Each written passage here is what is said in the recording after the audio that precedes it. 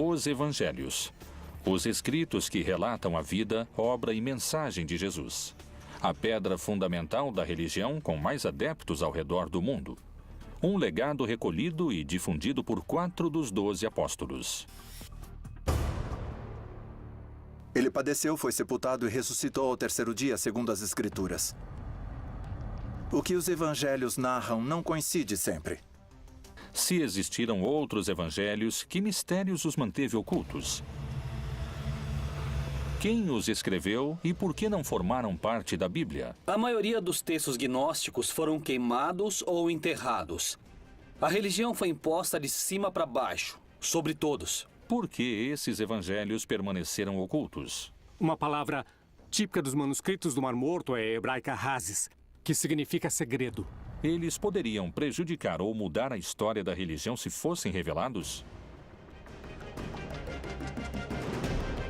Eles foram encontrados no século XX. E se as coisas não são como vocês estão vendo, abra os olhos.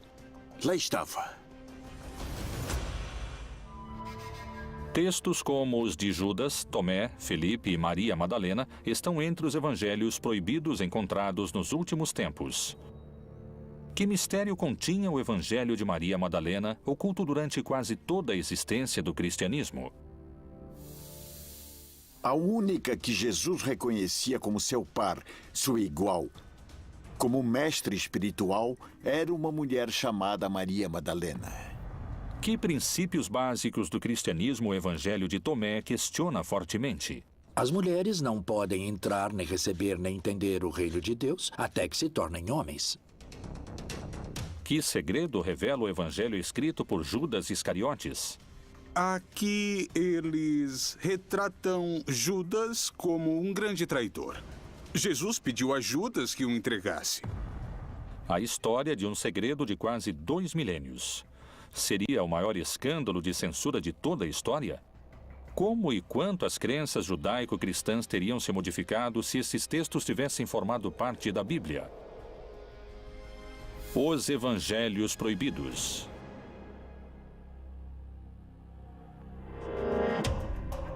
A Bíblia contém 1.189 capítulos, 31.102 versículos, 773.693 palavras e 3.566.480 letras. Não admite nenhuma a mais e nenhuma a menos. Evangelho significa boa notícia, um anúncio que tem um conteúdo positivo. Isso significa evangelho. A palavra cânone em grego significa regra, ou seja, é um texto que reconhecemos como regrado. E a igreja identifica nele uma determinada realidade. É uma regra, é uma legislação, é um reconhecimento da validade desses textos. Os 4 evangelhos canônicos são Mateus, Marcos, Lucas e João. A pergunta é, até onde esses materiais têm realmente uma base histórica? Eles realmente têm como origem o Jesus histórico? Quais foram os textos excluídos do livro sagrado? Bom, é o seguinte, nós temos o Evangelho de Felipe, temos o Evangelho de Judas, temos materiais referentes a Maria Madalena. De que época datam esses textos que foram denominados de evangelhos apócrifos? Os evangelhos apócrifos têm em comum o fato de datarem de uma época tardia, ou seja, entre o século II e o século V depois de Cristo, quando nenhum dos apóstolos estava vivo, e tampouco seus primeiros discípulos. A maioria dos evangelhos apócrifos tem procedência gnóstica e refletem uma postura totalmente antijudaica, já que o judaísmo postula um Deus criador de um modo material e o gnosticismo postula um mundo material malvado e um Deus que está interessado somente no mundo espiritual. Algo que é comum a todos os apócrifos é um Jesus que é como um holograma. É uma projeção aparente, mas nunca é realmente humano. O gnosticismo cristão lembra de alguma maneira o descobrimento dos manuscritos. E nesse caso, reflete o que chamamos de uma literatura que se originou no gnosticismo cristão, que nesses anos já era considerado pelos poderosos a corrente central do cristianismo uma heresia. E por isso, nesse caso, os livros que haviam desfrutado de prestígio nesses círculos foram escondidos e não destruídos. E com isso podemos recuperar não somente uma literatura perdida, como uma literatura que tinha, em alguns casos, também raízes judaicas. Por isso que os evangelhos apócrifos, em primeiro lugar, não são evangelhos, porque não se identificam com os evangelhos do século I quanto a dar uma boa notícia de que o Messias havia chegado, morrido e ressuscitado, e sim, de modo geral, são de um caráter docetista, uma palavra que deriva do grego docere, que significa aparência. Para os gnósticos cristãos dos evangelhos apócrifos, Jesus aparecia como humano, mas não era verdadeiramente humano, porque, sendo um espírito muito elevado, não podia realmente ter se rebaixado e se convertido em matéria. Uma vez que o cristianismo se tornou a religião oficial do império e que os bispos cristãos declararam heréticos certos textos e penalizaram sua posse, iniciou-se o processo de perseguição muito intenso contra todos os evangelistas gnósticos, contra todos os gnósticos valentinianos, e a posse de textos evangélicos foi considerada um delito grave. Os evangelhos teriam sido silenciados por uma luta de poder no seio do cristianismo? Em 1947, pastores beduínos encontraram cerca de 800 fragmentos de manuscritos do Mar Morto que datam de cerca de 2000 anos em cavernas no deserto da Judéia. Que segredos misteriosos revelam os textos encontrados? Os textos do Mar Morto são manuscritos judaicos antigos, achados entre 1946, 47 e 1956. E são documentos, em sua maioria, escritos em couro de animais e uma minoria, 20%, em papiro. A maioria escritos em hebraico e também uma minoria em aramaico e em grego. Nos primeiros séculos do cristianismo, desenvolveu-se um silencioso combate. Os gnósticos, que desejavam uma relação direta com Deus e que tinham seus próprios evangelhos, enfrentaram-se com uma crescente hierarquia de cristãos ortodoxos, que só aceitavam 4 evangelhos. Os gnósticos foram vencidos, mas a descoberta de seus evangelhos poderia lhes devolver a palavra. Uma das versões mais revolucionárias parece ter sido a de Tomás.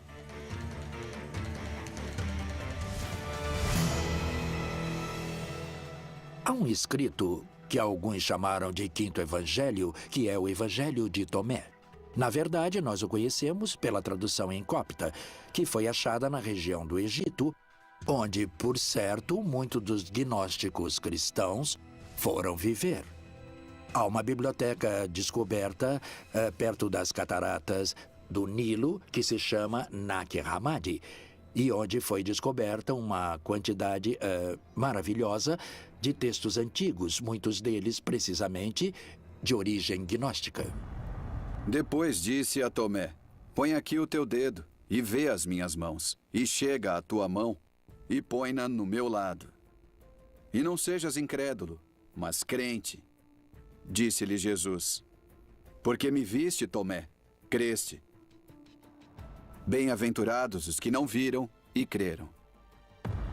Tomé duvidou da ressurreição, tanto nos textos apócrifos como nos textos canônicos. É muito peculiar.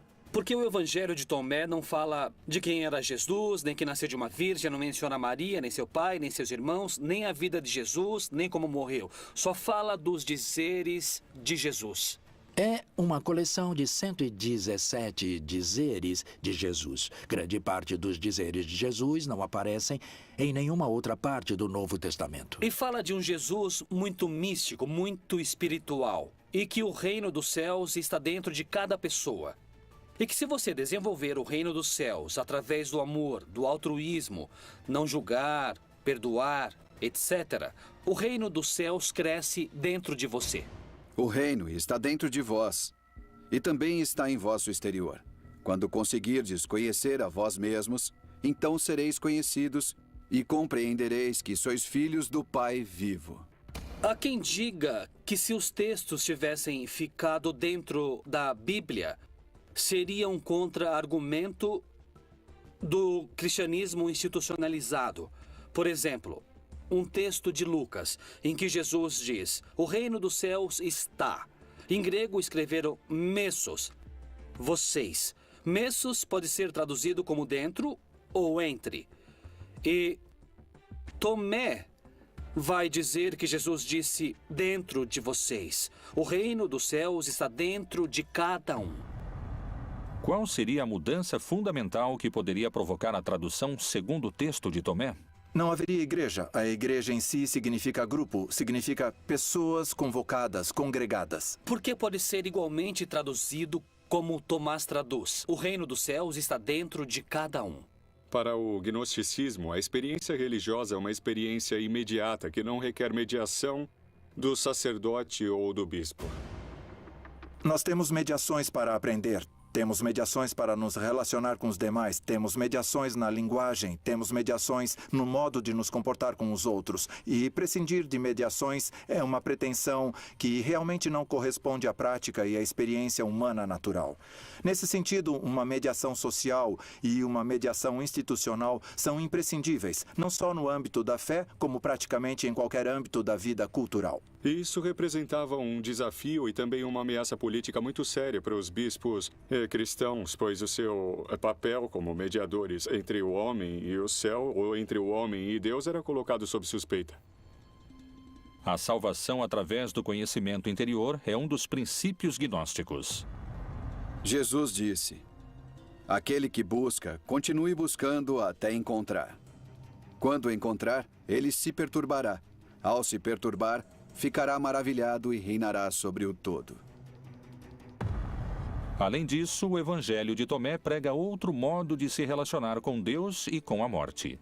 O que o Evangelho de Tomás nos convida a entender é que nós não somos nossos pensamentos, não somos nossas emoções. Segundo os gnósticos, na medida que aprendemos a tomar distância e a deixar de pensar e de crer que somos nossos pensamentos e nossas emoções, podemos concentrar nossa atenção em quem observa esses pensamentos e emoções. E, paulatinamente, vamos nos identificando com o observador, e não com esse ruído mental e essas emoções. E é aí que reside o segredo da imortalidade para eles. Jesus disse: eu mesmo vou guiá-la para torná-la macho, para que ela também possa tornar-se o espírito vivo semelhante a vós machos. Porque toda mulher que se tornar macho entrará no reino do céu. Tomé queria um mundo não só sem instituições, como também sem mulheres, segundo afirmam alguns especialistas. O Evangelho de Tomé não tem uma mensagem central, porque parece somente um mosaico de dizeres atribuídos a Jesus. No entanto, temos um caso muito curioso. Ele diz que Maria Madalena terá de se converter em homem porque as mulheres não podem entrar, nem receber, nem entender o reino de Deus até que se tornem homens. O Evangelho de Tomé não foi o único que permaneceu oculto durante séculos. O manuscrito do apóstolo Felipe também foi recuperado. Nos escritos de Felipe, este contradiz Tomé em relação ao lugar que ocupa a igreja e a mulher. Esses textos poderiam revelar um mistério cuja força mudaria para sempre os conceitos cristãos sobre a sexualidade. Que Jesus tenha se enamorado de uma mulher em sua juventude é muito provável. Muitas mulheres que o seguiam se enamoravam dele, isso é evidente e seguríssimo, não? Outra passagem do Evangelho de Felipe é ainda mais descritiva do papel das mulheres. Havia 3 que sempre caminhavam com o Senhor: sua mãe, Maria, sua irmã e Madalena, que era chamada sua companheira. Sua irmã, sua mãe e sua companheira, todas chamavam-se Maria. O Evangelho de Felipe também diz que Pedro, em algum momento, insistiu para que deixassem as mulheres de lado, que não poderiam ser discípulas nem apóstolas de Jesus. E Jesus responde de maneira maravilhosa. Ele diz: deixem que elas nos sigam, porque a que se tornar minha discípula terá um espírito vivo como o de vocês, varões.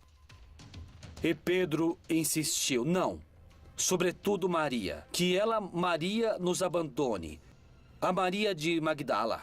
E Jesus lhe disse, toda mulher que se humanize a si mesma entrará no reino dos céus.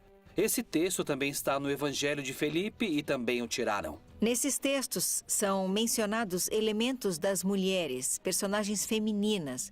Falam do espírito como algo feminino, o que não agradou às pessoas que decidiam que textos que entravam ou não entravam. Então, os excluíram completamente, porque a postura sempre foi de um ponto de vista masculino. Os evangelhos proibidos de Tomé e Felipe não são os únicos que relatam uma versão distinta da encontrada na Bíblia oficial.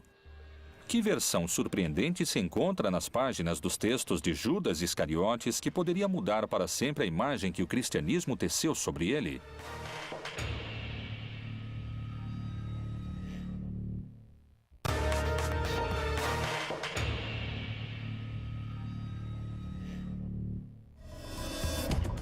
Niceia, ano de 1978. Um grupo de camponeses realizam suas tarefas habituais quando encontram numa caverna alguns papiros que poderiam mudar para sempre o conceito de um dos homens mais repudiados da história. Mas você excederá a todos eles, pois você sacrificará o homem que me reveste.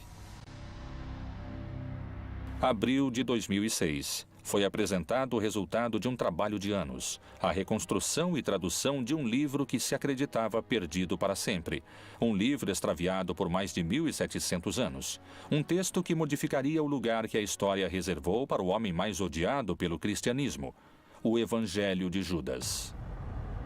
O Evangelho Gnóstico de Judas nos oferece uma versão diametralmente oposta à do Judas retratado dos evangelhos canônicos. O Evangelho de Judas também é gnóstico.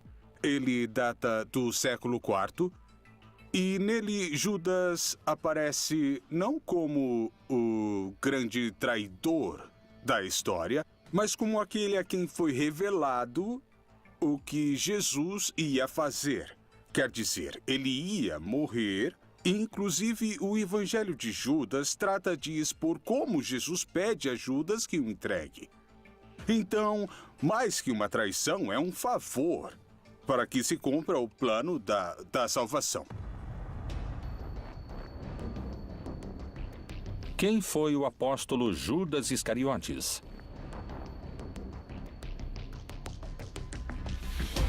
Segundo os evangelhos canônicos, foi o traidor que revelou o lugar onde poderiam capturar seu mestre, tal como havia anunciado o próprio Jesus durante a última ceia. E comendo com eles, disse, em verdade vos digo que um de vós me há de trair. Judas Iscariotes tinha combinado com as autoridades que o entregaria. Jesus havia celebrado a última ceia, havia ceado com seus discípulos, uma celebração em contexto pascal. Havia ido a um horto e lá foi aprisionado. Essa é a versão oficial dos fatos, segundo os livros que compõem a Bíblia. Mas o que diz o Evangelho de Judas? Que interpretação oferecem os especialistas sobre esses textos que permaneceram ocultos por 2000 anos? No caso do Evangelho de Judas, este ajudou Jesus a cumprir seu objetivo, que é, no caso do gnosticismo, livrar-se da sua corporalidade. Judas, que é o grande traidor, que vende Jesus por 30 moedas, no caso desse evangelho, aparece realmente como um herói. O Jesus retratado no Evangelho Gnóstico de Judas é um Jesus burlão. Um Jesus sarcástico que zomba da ignorância de seus discípulos e que abertamente prefere Judas e faz de Judas seu apóstolo predileto, porque diz que Judas é o único que entende que Jesus não é uma pessoa, não é somente um corpo. Jesus não é uma encarnação de Deus na Terra e tampouco é um ser humano. É um estado de consciência que qualquer pessoa pode alcançar. Qual foi então o papel de Judas segundo esses textos? O texto de Judas é o texto de uma comunidade que quer retomar esse personagem, quer reivindicar esse personagem de alguma maneira. e o coloca dentro de todo um plano que Deus tinha para a morte de Jesus. Nem mais nem menos. Ele abre a porta para que Jesus consiga se desfazer de seu corpo. Algo desagradável e que não está incluído na doutrina gnóstica. E que coloca Judas em primeiro lugar, enquanto que na doutrina cristã genérica ou geral, Judas é menosprezado, é um ser cobiçoso, um ser vil, que é imediatamente enviado para o inferno. Judas não dá nenhuma importância, nem tampouco Jesus, à crucificação, porque Cristo não se identifica nem com o seu corpo, nem com a sua mente, nem com suas emoções. Segundo esse evangelho, é o próprio Jesus que confere a Judas o lugar que ocupará na história. Afaste-se dos outros e eu lhe contarei os mistérios do reino. É possível você alcançá-lo, mas você sofrerá muito. Por que as passagens são tão contraditórias? Pode ser simplesmente a interpretação dos textos? A entrega de Jesus aos romanos foi um ato heróico ou foi um ato que ia de encontro à própria vontade de Judas? A relação entre Judas e Jesus é uma relação de melhores amigos. De fato, Judas se nega a fazer o que Jesus lhe pede, ou seja, denunciá-lo, acusá-lo. São muitas as versões que existem em torno de Judas. Mas o que dizem os textos censurados e escondidos do seu próprio evangelho? Mas você cederá a todos eles, pois você sacrificará o homem que me reveste. Mas além da revelação do papel heróico de Judas na história, esse evangelho também coloca em primeiro plano a luta entre os gnósticos e a igreja. No evangelho de Judas, a crucificação também é um símbolo. E, portanto, a cruz é um símbolo místico que representa, por um lado, o princípio ativo masculino, representado no eixo vertical da cruz, e o princípio feminino masculino, representado pelo corte transversal horizontal que forma a cruz. A crucificação representa a possibilidade de se libertar, de se afastar desses dois princípios que fazem parte da natureza de cada pessoa. Então, mais que uma traição, é um favor para que se cumpra o plano da salvação. O evangelho de Judas o descreve não como um traidor, mas sim como um herói fundamental para cumprir o plano de Deus. Algo semelhante ocorre nos textos de Maria Madalena, que, longe de apresentá-la como uma pecadora, mostra-a como a discípula eleita, que daria continuidade ao projeto de Jesus.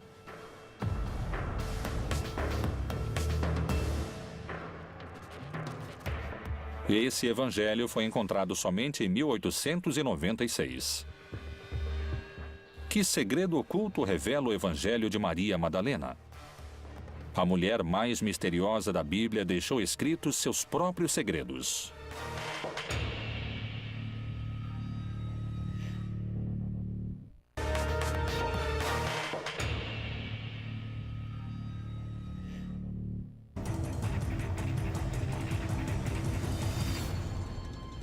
Os evangelhos gnósticos apresentam diferenças fundamentais em relação aos chamados canônicos, como os de Tomé, Felipe e Judas.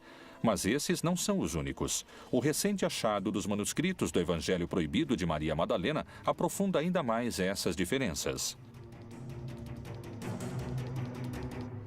A história de Maria Madalena está cheia de mistério e controvérsias. Sua história e seu papel ao lado de Jesus é motivo de debate. O achado dos evangelhos de Maria Madalena lança quanta luz sobre a construção feita em torno de sua figura. Maria Madalena, nos evangelhos canônicos, desaparece. A figura principal, isso afastando-nos dos gnósticos, a figura principal dos evangelhos, que descobre que Jesus não está na tumba, é Maria Madalena. Os outros duvidaram até o final. Nos textos gnósticos, quando Maria Madalena é a discípula preferida de Jesus, ela é a mulher muito próxima de Jesus, que a amava intensamente. Ela andou com ele junto com os discípulos desde que Jesus pregava na Galileia. Ou seja, Maria estava acostumada com um trato cotidiano e direto com Jesus. Quais são as palavras do Evangelho de Maria Madalena que ordena segui-la ao invés dos discípulos? Será que ele realmente conversou em particular com uma mulher e não abertamente conosco? Devemos mudar de opinião e ouvirmos a ela? Ele a preferiu a nós? O texto concreto de Maria Madalena é do século II, não chega ao século III. Jesus de Nazaré beija Maria Madalena na boca, indicando que ela é alguém diferente e que está acima dos demais apóstolos. Maria Madalena é uma de suas eleitas. A pessoa com quem Jesus, desde outro mundo, não sabemos, desde algum lado, decide se contactar não são os outros 12 apóstolos, muitos dos quais escreveram a Bíblia, mas sim com uma mulher prostituta que se chama Maria Madalena, que é quem dá a boa nova. Não? Coisa curiosa, como era diferente Jesus, não, em relação a todo o resto da Bíblia. É para ela que Jesus aparece pela primeira vez. Por isso, ela recebeu o título ou nome de Apóstola dos Apóstolos. Por que Jesus escolheu se apresentar a Maria quando ressuscitou e não aos seus 12 discípulos? De que modo a Bíblia oficial relata esse encontro? Maria Madalena foi e anunciou aos discípulos que vira o Senhor e que ele lhe dissera isto. Quando Madalena disse que tinha visto Jesus, nessa hora Pedro zomba dela, diz: aquela mulher viu Jesus, mas que era apenas na sua imaginação.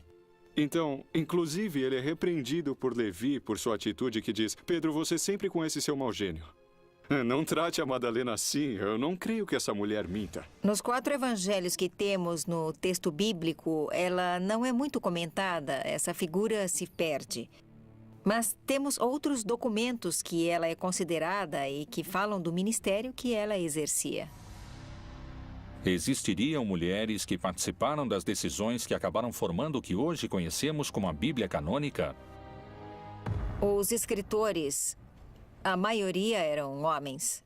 E as decisões de como fechar o cânone bíblico e de como ir fechando os evangelhos também foram tomadas por homens. Qual era o papel de Maria Madalena?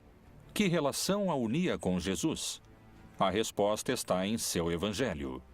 O evangelho de Maria Madalena nos fala de uma liderança da mulher. Nós o conhecemos como um pouco gnóstico, porque diz, me foi revelada a sabedoria, fui conhecendo mais sobre ele.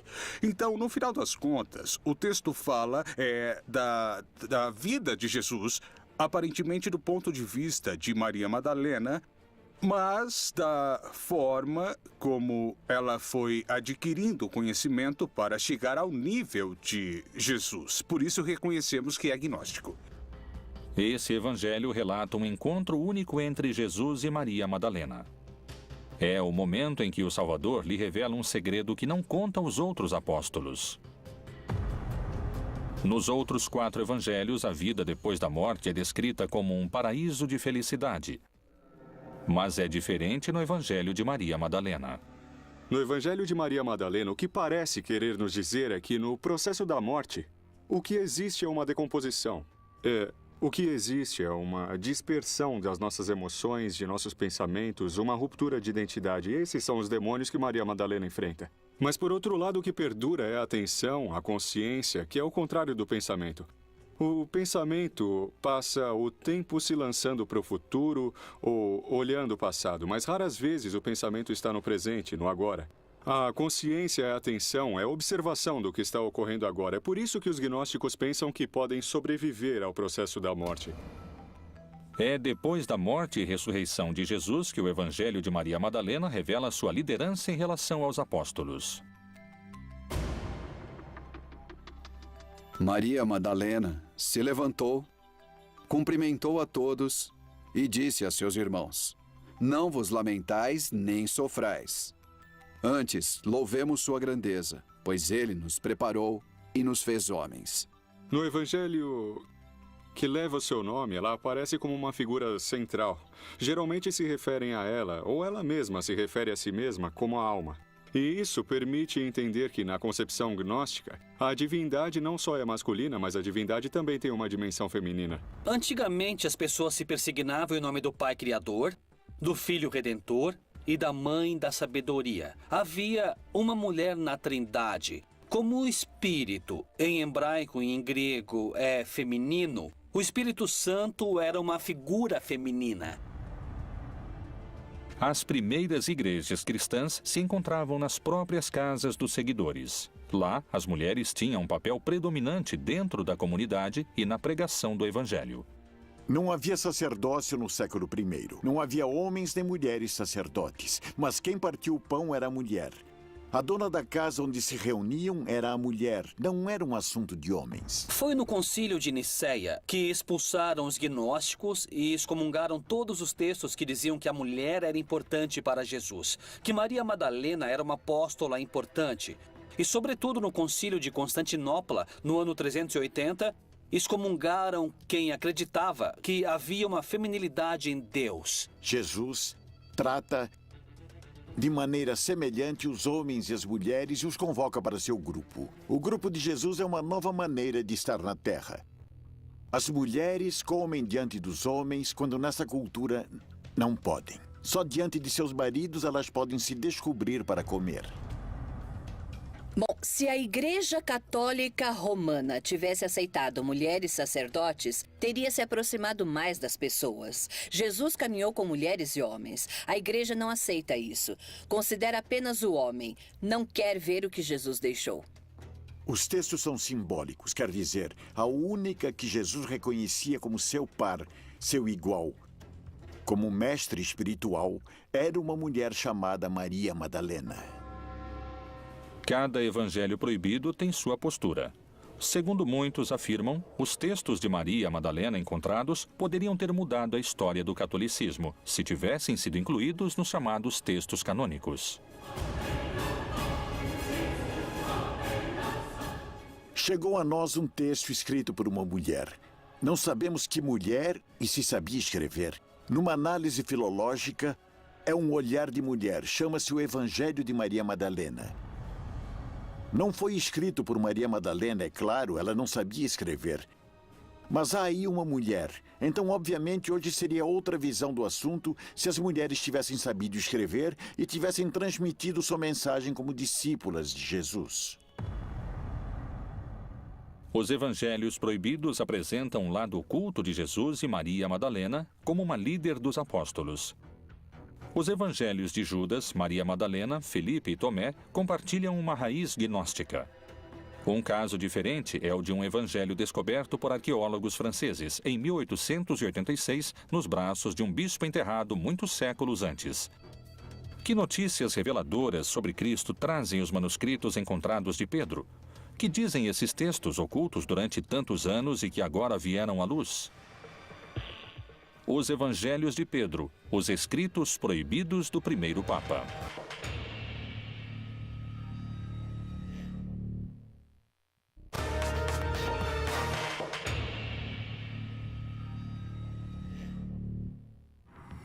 Alto Egito, século VIII. Um monge faz seu último pedido, ser enterrado com o livro que protegeu durante toda a sua vida. Inverno de 1886. Seção cristã de um cemitério no Alto Egito. Um grupo de arqueólogos franceses procuram peças e encontram o caixão que encerra o monge. Abrem-no e encontram em seus braços um antigo livro, e com ele a confirmação de uma suspeita. O Evangelho de Pedro existe. Durante mais de 1500 anos, a cristandade havia conhecido Cristo através das palavras de Mateus, Marcos, Lucas e João.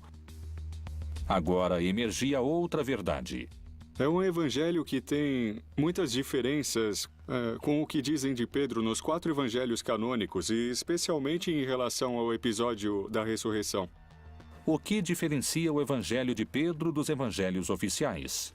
O relato da ressurreição de Jesus está reconstruída, está ampliada, está aumentada, tem mais fantasia.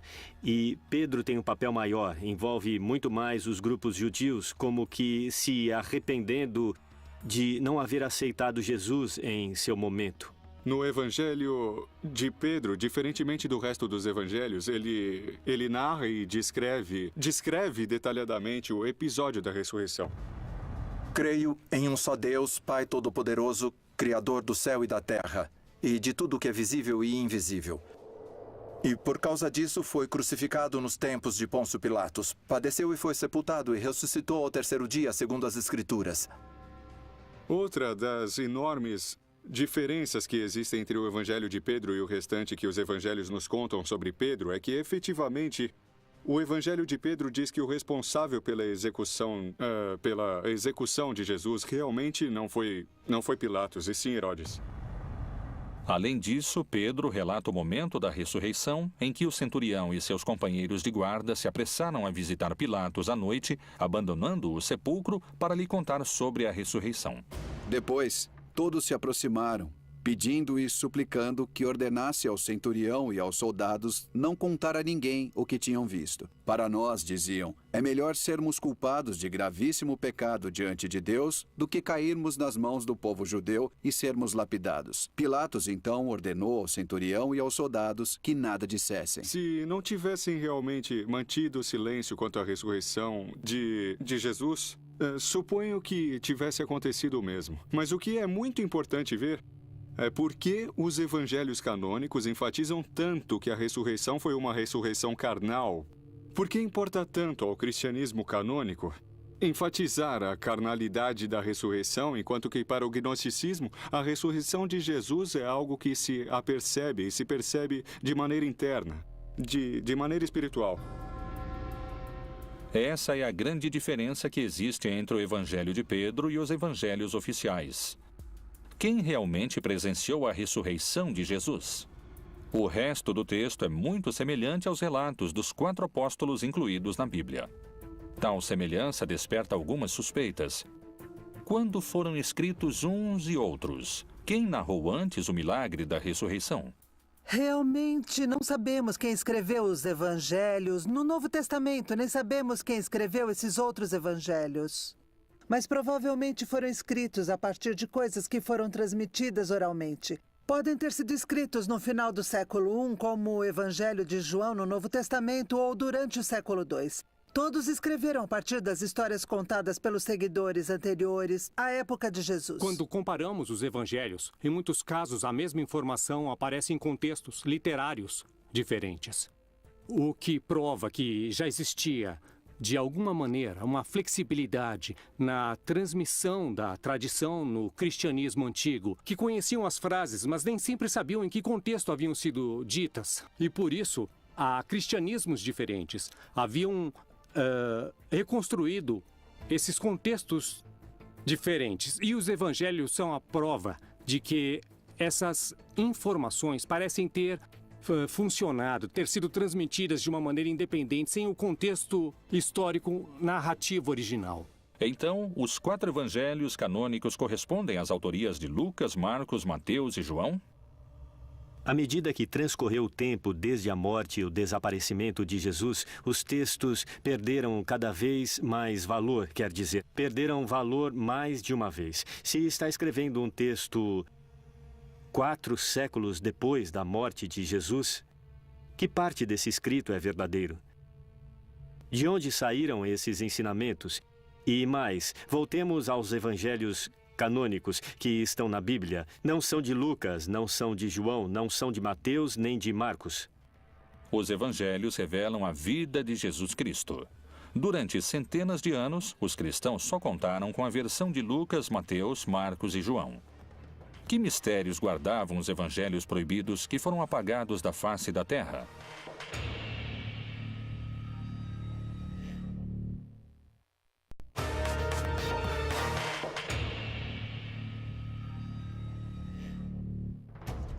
Quais foram os motivos para que alguns evangelhos fossem incluídos na Bíblia e outros fossem silenciados? As hierarquias eclesiásticas teriam sobrevivido se sua mensagem tivesse sido propagada? Quem foram e o que diziam os profetas que foram calados durante séculos? No ano de 312, Constantino, um imperador criado no paganismo romano, um homem que acreditava em muitos deuses, teve uma revelação antes de uma batalha. Constantino teve um sonho em que uma voz lhe disse que se, durante aquela batalha, portasse uma cruz, um crucifixo, seria vencedor. E diz a lenda que foi assim. Na Batalha da Ponte Milvia, derrotou Maxêncio, conseguiu unificar um império que estava dividido numa tetrarquia e depois se fez batizar e se converteu no primeiro imperador romano cristão. Isso foi muito significativo e muito relevante para o processo de consolidação política do cristianismo. A partir do triunfo de Constantino, a religião católica mudaria para sempre com o Concílio de Nicéia. Esse concílio ordenou o imperador Constantino para tornar o cristianismo uma religião imperial. E porque havia vários cristianismos. Havia o cristianismo monofisista, havia o cristianismo que chamaríamos depois de católico, havia os cristãos gnósticos, havia muitos cristianismos.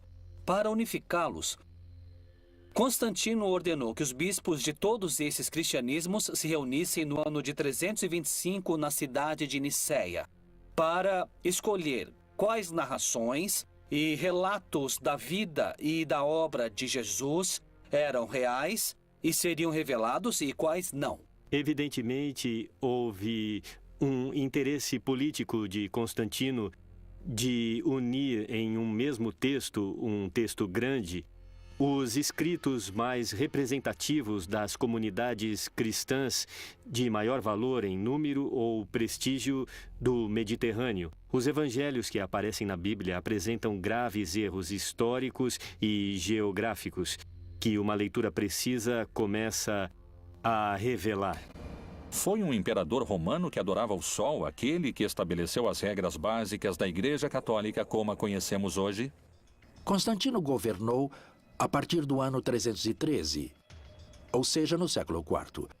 No século IV já estava decidido, já era um fato histórico os livros que os crentes consideravam inspirados. E mais, algumas das perseguições imperiais contra os cristãos exigiam que as pessoas entregassem os livros sagrados, caso contrário, eram mortas. Muitos cristãos se dispuseram a morrer na fogueira porque não entregaram os livros sagrados, e isso foi antes de Constantino. Os gnósticos perderam sua primeira batalha, mas essa não seria a última e nem a pior de suas derrotas. Qualquer livro do cristianismo que foi separado dessa lista, considerada sagrada por ordem do imperador Constantino, ficou de fora, se tornou apócrifo. Qualquer seguidor desses textos, dessas crenças, a partir desse momento, foi considerado herege, que significa aquele que pensa diferente. Para muitos especialistas, os evangelhos proibidos constituíram um campo de batalha em que se travou a guerra entre os gnósticos e a hierarquia eclesiástica. Uma luta que, segundo narra a história, venceram os sacerdotes da Igreja Católica. Já desde um primeiro momento pareceu haver gerado uma polêmica entre os seus seguidores e por isso os evangelhos, sejam os canônicos ou sejam os apócrifos, refletem interpretações diferentes da mensagem original histórica de Jesus. O que teria ocorrido se a perspectiva gnóstica tivesse triunfado? Qual seria o papel da mulher se os textos bíblicos tivessem sido reformulados ou os textos gnósticos incorporados? Como seria a Igreja Católica hoje em dia com esses manuscritos como protagonistas? Essas são algumas perguntas que emergem da Bíblia Proibida.